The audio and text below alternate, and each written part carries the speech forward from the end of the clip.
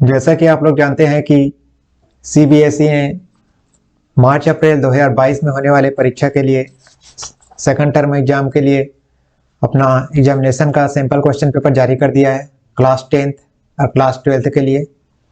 तो आज मैं क्लास 10th के इंग्लिश के पेपर सैंपल पेपर पर डिस्कस करूंगा और वो जो क्वेश्चन पेपर जो जारी किया गया है सैंपल क्वेश्चन पेपर, उसका लिंक भी मैंने डिस्क्रिप्शन में दे दिया है, वहां पर जाकर आप देख सकते हैं। नमस्कार, मैं हूं भूपेंद्र पांडे और अपने YouTube channel English by Bhupendra sir में आप सबका हार्दिक स्वागत करता हूं।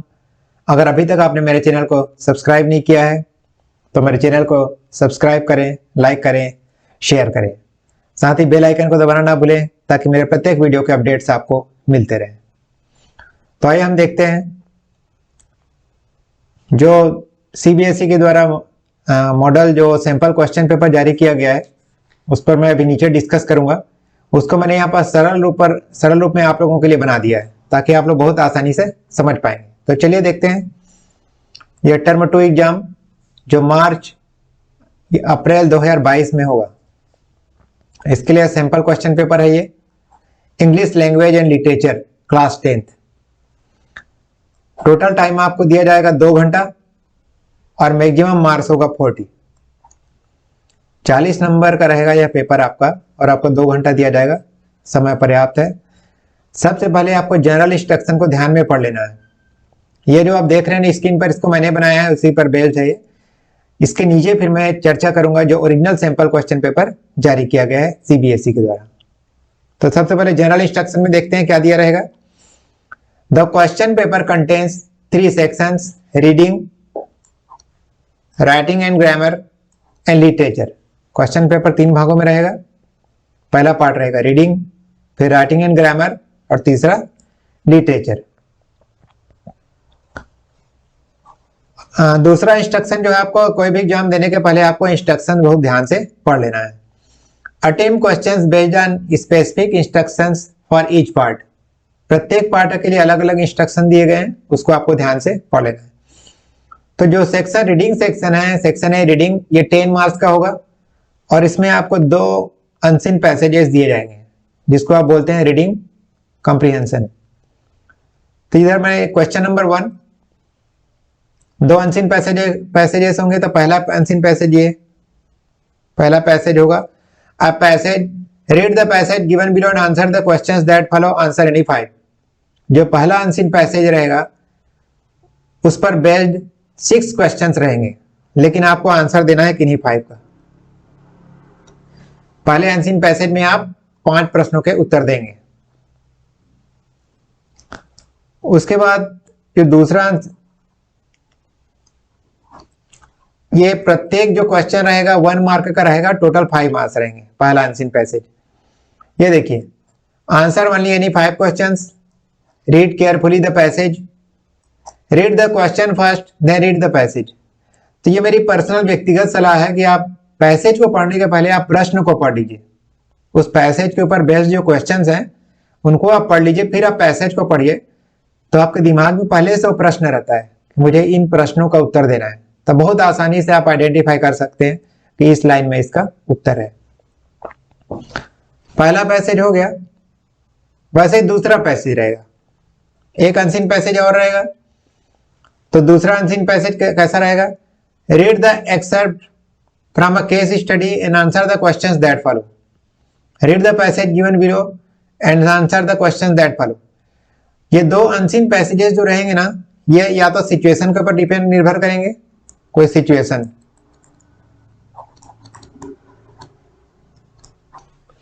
या फिर रहेगा केस स्टडी। कोई केस स्टडी रहेगा, कोई सिचुएशन रहेगा। दूसरे अनसीन पैसेजेस में भी टोटल 6 क्वेश्चंस आपको दिए जाएंगे। Out of 6 you have to attempt only 5, any 5। किसी भी 5 क्वेश्चंस को आपको अटेम्प्ट करना है। इसमें भी यह भी प्रत्येक क्वेश्चन 1 नंबर का रहेगा, टोटल मार्क्स रहेंगे 5। इसमें भी answer only 5 questions, read the passage carefully, read the question first then read the passage. मैं हमेशा अपने स्टूडेंट को यह सलाह देता हूं कि पहले आप क्वेश्चंस को पढ़ लीजिए फटाक से, जल्दी से पढ़ने के बाद आप आ जाइए पैसेज पे, फिर पैसेज को पढ़कर समझने का प्रयास करिए। रीडिंग कॉम्प्रिहेंशन का मतलब यह है कि आप किसी पैसेज को पहली बार पढ़ते हैं और कितना आप समझ पाते हैं उसको।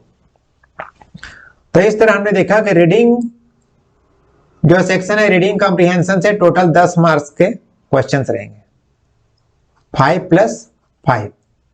ये हो गया रीडिंग। दूसरा सेक्शन है सेक्शन बी राइटिंग।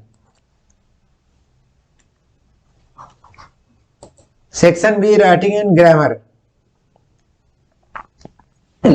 देखिए राइटिंग एंड ग्रामर ये टोटल 10 मार्क्स करेगा, 10 मार्क्स। इसमें रहेगा question number 3, attempt any one from 1 and 2। जो राइटिंग कंपोजिशन है उसमें 2 कंपोजिशन आपको दिया जाएगा जिसमें से केवल एक का ही आंसर आपको लिखना है, वह रहेगा 5 नंबर का।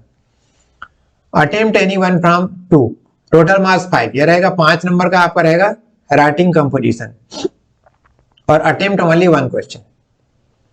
पहला देखते हैं किस टाइप का रहेगा writing composition. Right a paragraph after reading a concept chart flow chart for a magazine. एक पैराग्राफ लिखना है 120 वर्ड्स में, ये टोटल मार्क्स रहेगा 5, और वर्ड लिमिट है 120 वर्ड्स लिमिट है, एक पैराग्राफ आपको लिखना है। दूसरा राइटिंग कंपोजिशन का दूसरा क्वेश्चन है letter writing based on a notice, यह है 5 मार्क्स, वर्ड लिमिट 120 वर्ड्स। तो यह केवल 5 मार्क्स का है, टोटल 5 मार्क्स का है। 2 राइटिंग कंपोजिशंस के क्वेश्चंस रहेंगे जिनमें से केवल एक को आपको अटेम्प्ट करना है। तो राइटिंग कंपोजिशन में बहुत सारी चीजें शामिल हैं, formal letter, informal letter, notice writing, message writing, article writing, और जितने भी आपके राइटिंग कंपोजिशंस हैं जो आपके सिलेबस में इंक्लूड है उनमें से केवल एक आपको लिखना है। 2 दिए जाएंगे, 2 में से आपको एक अटेम्प्ट करना है। वर्ड लिमिट यहां पर निर्धारित किया गया है 120 वर्ड्स, यह रहेगा 5 नंबर का। तो कुल मिला के जो राइटिंग कंपोजिशन है यह हो गया 5 नंबर का। आगे देखते हैं ग्रामर। ग्रामर के जो दोनों क्वेश्चंस है दोनों कंपलसरी हैं। एक क्वेश्चन रहेगा 3 मार्क्स का और दूसरा रहेगा 2 मार्क्स का। ग्रामर का देखते हैं। ग्रामर ये कंपलसरी क्वेश्चन है। The following paragraph has an error in each line, identify the error and write its correction against the correct blank number. तो 3 क्वेश्चन रहेंगे, 1, 2, 3, तीनों एक नंबर के रहेंगे। Each question carries 1 mark. तो ये आपका हो जाएगा टोटल 3 नंबर का। ये आपका जो पहले आता था पेपर में वही है, एक एरर रहता है लाइन में और उसको आपको आइडेंटिफाई करना है और राइट साइड में उसका आंसर लिखना रहता है, उसको अंडरलाइन करना रहता है। You are already familiar with this type of questions. तो ग्रामर का एक क्वेश्चन ये हो गया। क्वेश्चन नंबर 5 ये फिर ग्रामर पे बेस्ड रहेगा। क्वेश्चन नंबर 5 ये भी कंपलसरी है। Read the conversation between a teacher and the student and complete the passage that follow direct to indirect speech and narration. तो अभी जो सैंपल पेपर में जो क्वेश्चन दिया गया है वो नरेशन के ऊपर बेस्ड है। वैसे ही आपका question active and passive voice पर भी बेस्ड हो सकता है। मतलब ग्रामेटिकल जो आइटम्स हैं उसमें fill in the blanks type के क्वेश्चंस हो सकते हैं। इसमें 2 क्वेश्चन होंगे और ये टोटल मार्क्स होगा 2। Each question carries 1 mark. तो आपने देखा कि जो ग्रामर है हमारा, है ना, ग्रामर में हमारा कितना नंबर है? टोटल 5 मार्क्स ग्रामर का हो गया, 5 मार्क्स आपका राइटिंग कंपोजिशन का हो गया, तो 10 मार्क्स हो गया। अब हम देखते हैं literature reader. Literature section C literature आपके लिए बहुत ही महत्वपूर्ण है क्योंकि इसमें सीधा 20 मार्क्स हैं। 20 marks very easily you can secure 20 marks. You can score 20 marks very easily if you have gone through the chapters honestly. अगर आपने पढ़ा हुआ है बहुत ईमानदारी से अपने लिटरेचर को तो आप 20 मार्क्स बहुत ही आसानी से प्राप्त कर सकते हैं। तो पहला जो क्वेश्चन नंबर 6 है वो होगा short answer type question. Short answer. और जो दूसरा क्वेश्चन नंबर 7 है यह लॉन्ग आंसर टाइप क्वेश्चन रहेगा।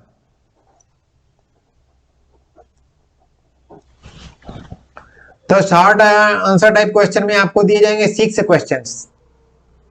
इन 30 to 40 वर्ड्स 6 क्वेश्चन का आपको आंसर लिखना है। हालांकि आपको 7 क्वेश्चन दिए जा रहे हैं, ये देखिए 7 question will be given, 7 question will be given to you, but you have to answer only 6 question. 6 question का आपको उत्तर देना है और टोटल मार्क्स है 12। Each question carries 2 marks. तो आप इंस्ट्रक्शन को ध्यान से पढ़ ले, पूरा 7 क्वेश्चन का जवाब आपको नहीं देना है, 7 में से केवल आपको 6 क्वेश्चन का जवाब देना है।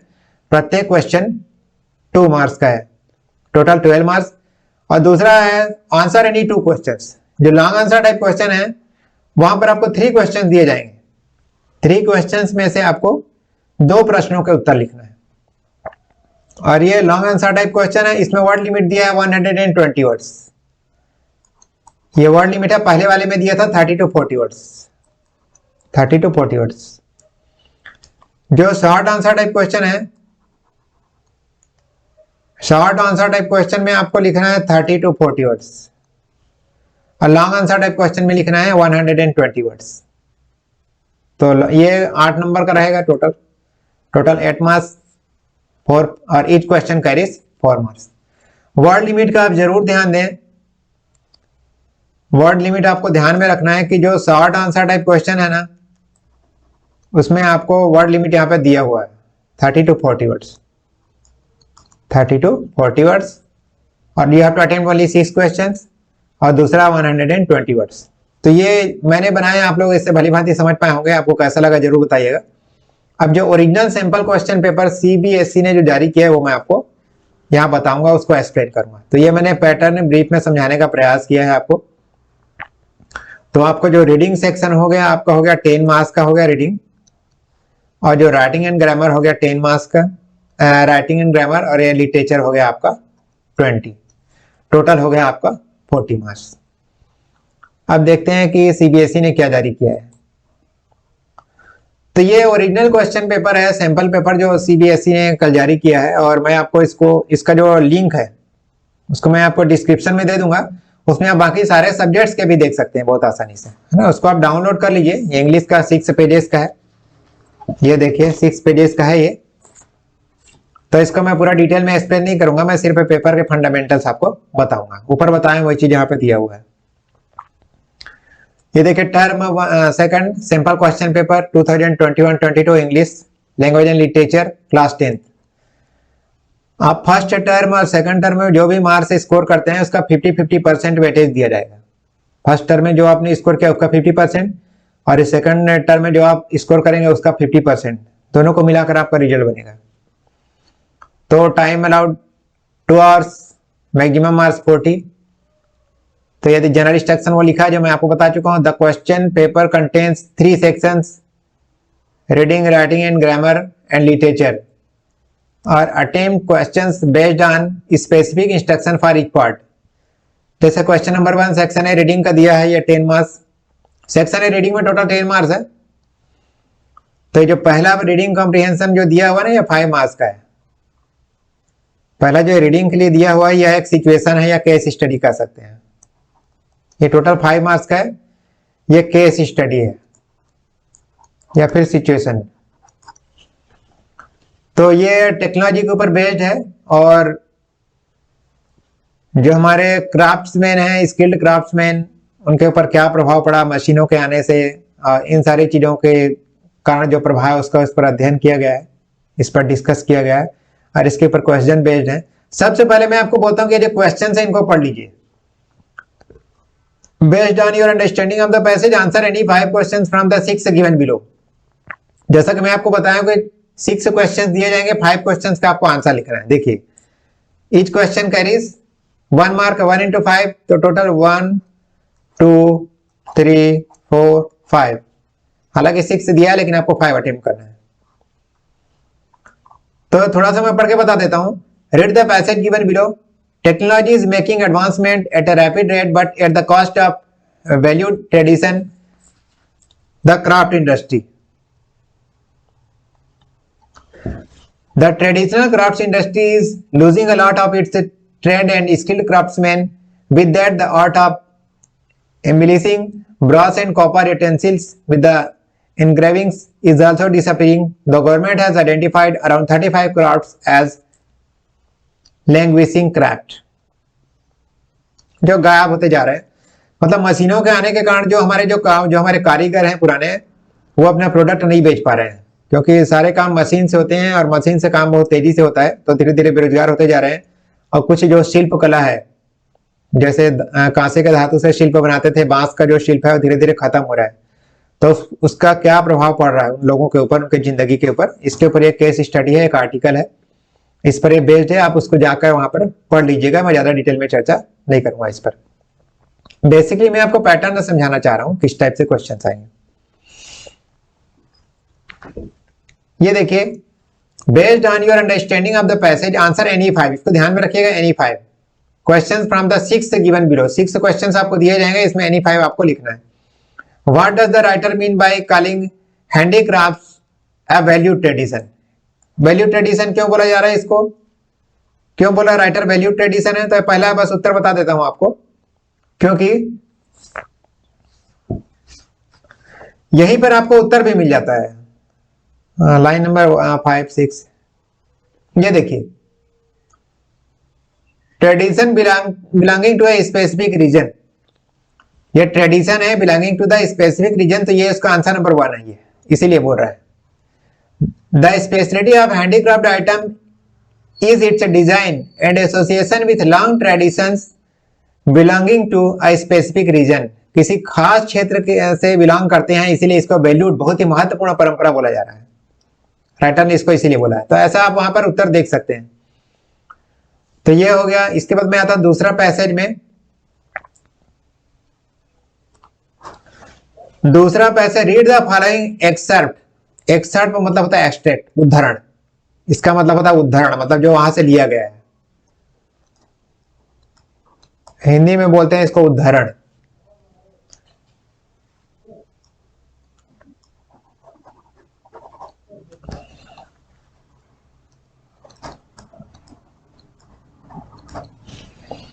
Read the following extract from a case study. Case study बता चुका हूं, केस ये titled impact of festivities on ecology, मतलब हमारे पर्यावरण पर, हमारे आसपास जो सराउंडिंग्स है उस पर हमारे फेस्टिवल का क्या प्रभाव पड़ता है, पॉजिटिव पड़ता है, निगेटिव पड़ता है। जैसे होली है, दिवाली है, या कोई और दूसरे त्योहार है, कुछ भी त्योहार है अगर जो हम मनाते हैं बहुत धूमधाम से, हर्षोल्लास के साथ, तो उसका क्या प्रभाव पड़ता है, पॉजिटिव भी होता है, निगेटिव भी होता है।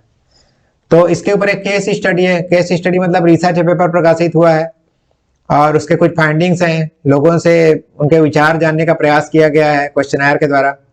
तो ये सारी चीजें यहाँ पर दी गई है। कुल मिलाकर एक आर्टिकल दिया गया है, केस स्टडी दिए गए, ऐसे ही आपका परीक्षा में भी आएगा। तो कुछ पहला लाइन पढ़ देता हूं।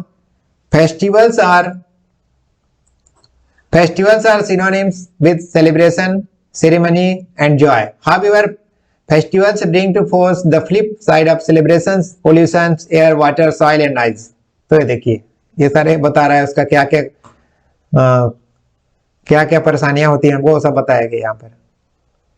अब ये देखिए, यहाँ पर लोगों से क्वेश्चनर के दौरान से आंसर जानने का प्रयास किया गया। टेबल दिया गया एक, अवेयरनेस लेवल अमंग रिस्पोंडेंट्स। पहला क्वेश्चन है, do you feel that bursting crackers is a must during festivals? 46% लोग यस बोल रहे हैं, 54% लोग नो बोल रहे हैं, और बाकी बोल रहे हैं कांट से। कांट से का मतलब है या तो वो जवाब देना नहीं चाहते या फिर दे आर नॉट श्योर। ये हो गया। तो इसको आपको पढ़ लेना है ध्यान से, जो भी आपके एग्जाम्स में आएगा इसको ध्यान से पढ़िएगा आप पूरा। इसी के ऊपर एक क्वेश्चन बेस्ड रहेंगे केस स्टडी के ऊपर। On the basis of your understanding of the passage answer any 5 question. 6 question दिए जाएंगे और आपको out of 6 you have to answer only 5 questions, और प्रत्येक क्वेश्चन 1 मार्क का रहेगा, टोटल 5 मार्क्स रहेंगे। अब यहाँ पे क्वेश्चन नंबर 1 बता देता हूं आपको। Why do the researchers call pollution the flip side of festivals? Research करने वाले ने क्यों कहा है कि ये फ्लिप साइड है? फ्लिप साइड मतलब होता है कि बहुत ही बेकार परिस्थिति। फ्लिप साइड मतलब बहुत ही दुखद पहलू होता है। इसका उत्तर ये पहले लाइन में दिया हुआ है, यहां पर देख सकते हैं। ये देखिए, the flip side of celebrations क्या क्या दिए हैं? Pollution, air, water, soil and noise. देखिए, त्योहार के कारण क्या क्या परेशानी हो रही है? पोल्यूशन हो रहा है, air pollution, water pollution, soil pollution, noise pollution. तो इसलिए इसको फ्लिप साइड कहा है, मतलब दुखद पहलू कहा है रिसर्च करने वाले ने। ऐसे आप आंसर्स ढूंढ सकते हैं, आप इसको डाउनलोड कर लीजिए, बहुत आसानी से आप बना पाएंगे, क्योंकि यह वक्त बहुत ले लेगा और आप कर सकते हैं, मुझे पता है। तो ये सारे 6 क्वेश्चन का जवाब नहीं देना है आपको बेटा, कोई भी एनी 5 क्वेश्चन का जवाब देना है। ओके, चूज आइदर 5, जिसमें आप कॉन्फिडेंट है ना, आउट ऑफ 6 5 चूज कर लीजिए, 5 का जवाब दीजिए। इसके बाद section be writing. Writing and grammar 10 marks, ऊपर बता चुका हूं मैं आपको, राइटिंग एंड ग्रामर 10 मार्क्स कहेंगे। Attempt any one from 1 and 2, ये देखिए ध्यान में रखिएगा। राइटिंग कंपोजिशंस में आपको 2 कंपोजिशन दिए रहेंगे, जिसमें से आपको सिर्फ एक ही सॉल्व करना है, और वो रहेगा 5 मार्क्स का। टोटल वर्ड लिमिट रहेगा 120 words.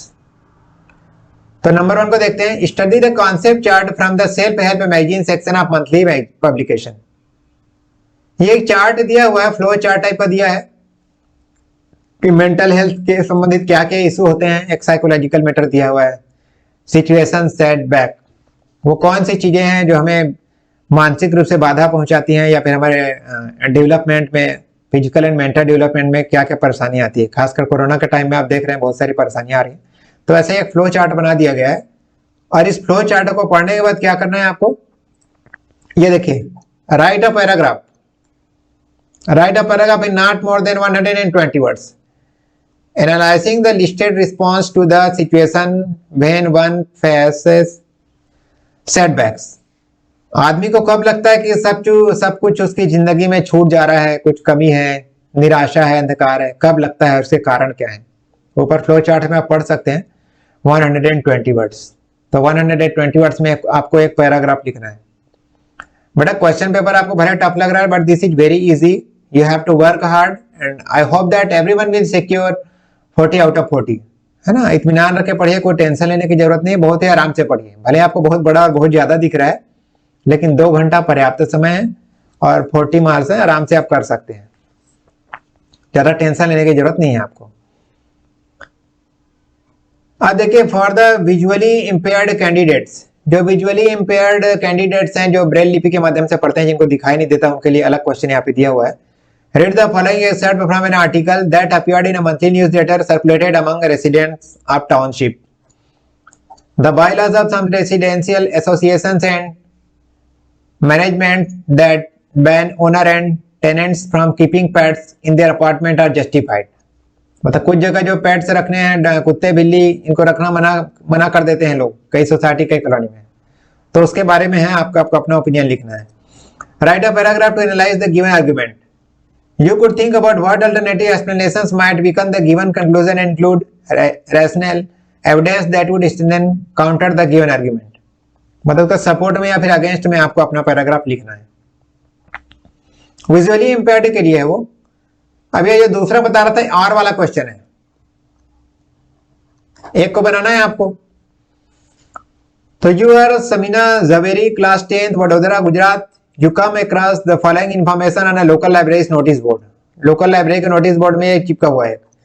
Create your own board game competitions. Create an educational board game and send it to us at Teen Toggle Games Private Limited, 307 Satija Building, Kolaba, Mumbai by July 22. The top 10 winning board games will be featured on our international portal. Attractive scholarships for the winners. एक board game बनाना है जिसमें winner को scholarship दिया जाएगा, ऐसा बता रहा है। तो आपको जो कंपनी है उसको आप एक लेटर लिखना है, आपको और जानकारी चाहिए। तो देखिए, you wish to participate but require more information, write a letter to Teen, letter writing है ये, write a letter to Teen Toggle Games Private Limited in about 120 words, 120 words, inquiring about rules, scholarship details and deadlines also require about specification for solo or group entries. ये 5 marks का है। आपको और ज्यादा जानकारी चाहिए तो आपको उनको पत्र लिखना है। लेटर राइटिंग में आपको पता है कि फॉर्मल लेटर, इनफॉर्मल लेटर कुछ भी आ सकता है। तो ये जो दिया गया है सिर्फ सैंपल पेपर है। You have to be ready to attempt any of the questions based on writing compositions. Whatever has been included in your syllabus as writing compositions, you have to prepare all the chapters. Don't think that only these type of questions will come.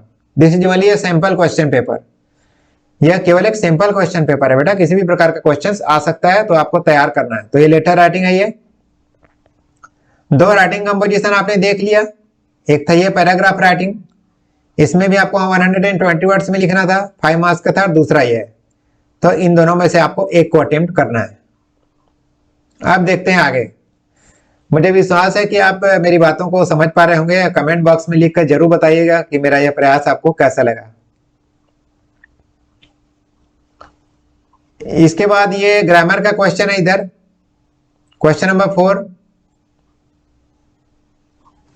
Question number 4 है, ये grammar का question है। देखिए,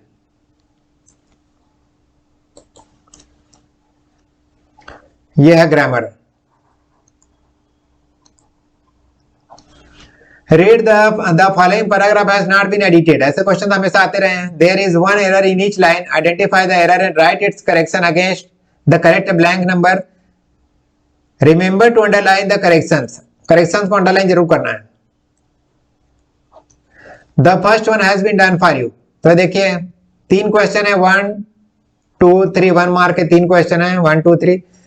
have you ever learn from mistakes you have made. तो learn का गलत हो गया तो लर्न यहाँ उत्तर दे दिया। वैसे ही many should not admit doing so. तो ये शुड नॉट जो है यहाँ पर मेरे हिसाब से डोंट होना चाहिए। Many don't admit. तो ये जो should not, many don't admit, क्योंकि यहाँ डू दिया गया है, तो मैनी डोंट, तो यहाँ डोंट करके आपको लिखना है। यहाँ ये शुड नॉट लिख देना है ऐसे, और यहां लिख देना डोंट।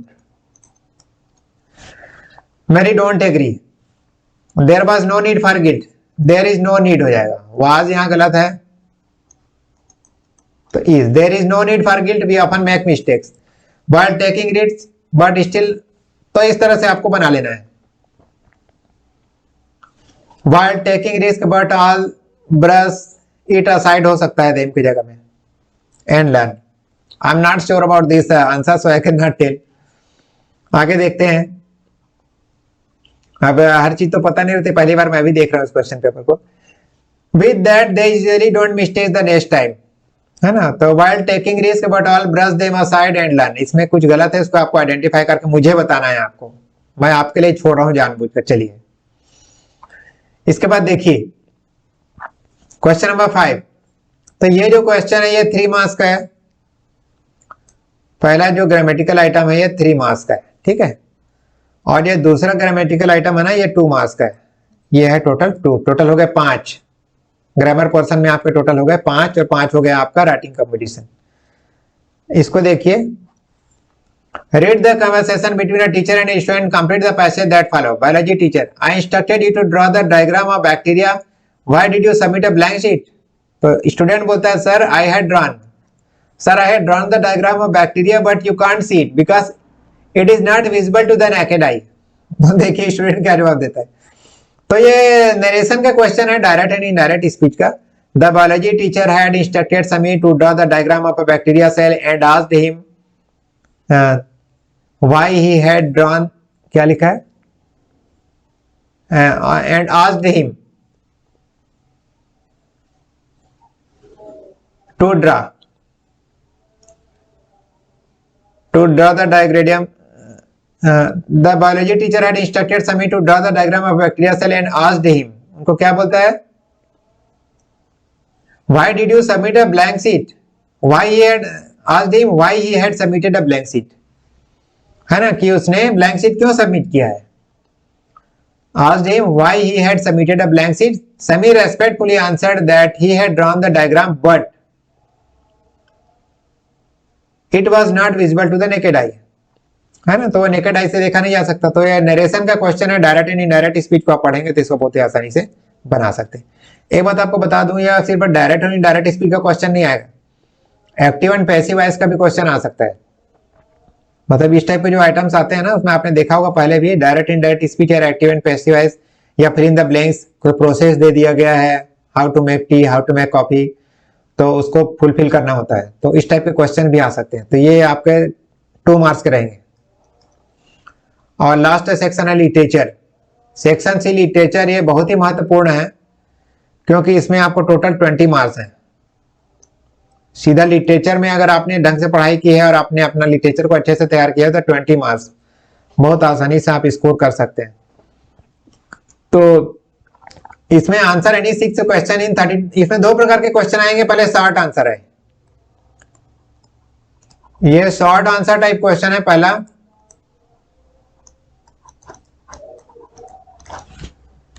ये शॉर्ट आंसर टाइप क्वेश्चन है पहला वाला आपका। तो इसमें आपको 6 क्वेश्चंस दिए जाएंगे, answer any 6 questions in 30 to 40 words. इसमें क्वेश्चन तो आपको 7 दिए जाएंगे, 7 क्वेश्चंस आपको दिया जाएगा, उसमें से आपको 6 क्वेश्चंस अटेम्प्ट करने हैं। प्रत्येक क्वेश्चन होगा आपका 2 मार्क्स का और टोटल आपका हो जाएगा ये 2 × 6 = 12। ये 12 मार्क्स का हो जाएगा टोटल। और ये दूसरा question long answer type question है, यह हो जाएगा टोटल 8 मार्क्स का। तो जो एनी 6 क्वेश्चन का आपको जवाब देना है, यह होगा 30 to 40 वर्ड्स ईच। तो पहला क्वेश्चन मैं आपको पढ़ देता हूं, बाकी आप पढ़ लीजिएगा। What is the significance of the Buddha's request for a handful of mustard seeds and the addition of a condition to it? ये आपके चैप्टर के ऊपर बेस्ड है, तो ऐसे ही आपको पूरे चैप्टर्स को तैयार करना है। तो ये शॉर्ट आंसर टाइप क्वेश्चन है, यहाँ आपको 30 to 40 वर्ड्स में जवाब देना है। 6 क्वेश्चंस रहेंगे, 2 मार्क्स के, 12 मार्क्स हो गए। तो क्वेश्चन नंबर टोटल 7 क्वेश्चन दिए जाएंगे, आपको 6 अटेम्प्ट करना है। इसके बाद ये देखिए दूसरा लॉन्ग आंसर टाइप क्वेश्चन है। तो इसमें any 2 of the following in about 120 words each. 120 words में लिखना है, 2 क्वेश्चन अटेम्प्ट करने हैं आपको दिया जाएगा 3 क्वेश्चन। ये देखिए यहाँ पर 3 क्वेश्चन दिया गया है, ये पहला क्वेश्चन है, ये दूसरा क्वेश्चन है और ये तीसरा क्वेश्चन है। तो पहला देखते हैं, parents play a crucial role in the upbringing of their children, critically examine the parents of Holly and Bright, highlighting their impact on their children's lives. ये हो गया 4 मार्क्स का, ये भी 4 मार्क्स का है। Pranjal and Rajveer discuss their next vacation destination, they shortlist Coorg and Goa. Rajveer is keen on Coorg and tries to convince Pranjal. Develop a conversation, एक conversation बनाना है इन दोनों के बीच में, आपको इमेजिन करना है और conversation बनाना है। Between the you may begin like this, ऐसे आप चालू कर सकते हैं। ये देखिए conversation दिया है। Rajiv, hey Pranjal, I think we should be visiting Coorg. It is a beautiful place with coffee plantations. I can smell the aroma already. Pranjal, we visited a tea plantation last year in Assam. मतलब आपको conversation बनाने के लिए दिया जा सकता है, dialogue between 2 persons. इसका जो लास्ट क्वेश्चन है, farce is a kind of comedy. Farce को आपको हिंदी में क्या बोलते हैं मैं बता देता हूं आपको। फार्स आपने पढ़ा होगा, it is a kind of comedy, इसको बोलते हैं प्रहसन। फार्स को हम हिंदी में बोलते हैं प्रहसन। जो हंसी मजाक के ऊपर बेस्ड जो कॉमेडी होता है, जो एक्शन होता है, जो प्ले होता है, उसको हम बोलते हैं प्रहसन। Farce is a kind of comedy, comedy का ही एक रूप है प्रहसन। Comedy which includes situations and dialogues that are ridiculous, exaggerated and even absurd. Evaluate the play, the proposal as a farce. आपको प्रपोजल करके जो आपका चैप्टर है उसको पढ़ के बताना है आपको कि ये सही में फार्स के अंतर्गत आ सकता है कि नहीं। तो इस तरह हमने देखा और मुझे लगता है कि अब आप भली भांति समझ गए होंगे। और आपसे मेरी पुनः गुजारिश है कि यदि अभी तक आपने मेरे चैनल को सब्सक्राइब नहीं किया है तो मेरे चैनल को सब्सक्राइब करें, लाइक करें, शेयर करें, साथ ही बेल आइकन को दबाना ना भूलें ताकि मेरे प्रत्येक वीडियो के अपडेट्स आपको मिलते रहें। और एक बात और, मेरे प्ले स्टोर में जाकर देखेंगे मैंने इंग्लिश ग्रामर के बहुत सारे बेहतरीन चैप्टर्स वहां पर मैंने बनाया हुआ है। टेंस मैं कंप्लीट कर चुका हूं, बाकी चैप्टर्स भी मैं कंप्लीट करूंगा, इसलिए आगे भी आप इसे देखते रहिए। बहुत बहुत धन्यवाद।